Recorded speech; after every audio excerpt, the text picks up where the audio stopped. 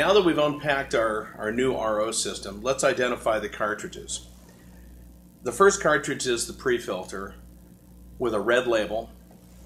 It must have an outer O-ring and a center O-ring. The next filter would be the RO membrane with a green label. It also must have an outer O-ring, a center O-ring, and two center O-rings stacked on top of each other in the very center, along with a cross, which is a check valve, right in the center tube. The third and final filter will be the post filter with a blue label. It also has an outer O-ring, an inner O-ring, along with a cross, which is a check valve as well, and it must be there in order for the system to operate. Let's identify the ports for the manifold. The manifold to your RO system for your pre-filter is marked pre. Your membrane goes in the RO position.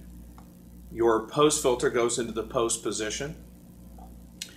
You also have a D line, which stands for drain, and there's a black plug here which you can just pull out and get ready for it to be to have a hose inserted into it.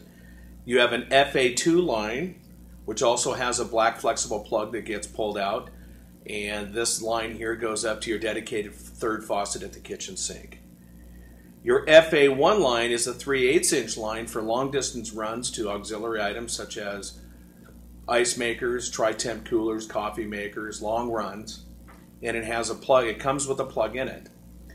Your PW line is a product water line, and that is also plugged and must remain plugged unless you're going through a diagnostic or a systems check for the RO system. This is a direct link to the inside of the storage bladder where all of your product water is stored. On the opposite side, you have the SQ, which is also plugged, and that must remain plugged unless you're going through, again, diagnostics and or adding a second tank along with the PW line, which is the SQ is the outside of the bladder. The RF stands for regulated feed, and this is the feed to the manifold, feeding all the water to the manifold. Your F port on this side over here goes to the feed side, or which is the feed, which goes to the regulator, which regulates all the pressure within the system and keeps it at an even pressure regardless of what the feed pressures are, whether they be too high or not, to ensure that you're not going to blow the system. Let's go through the insertion of the cartridges.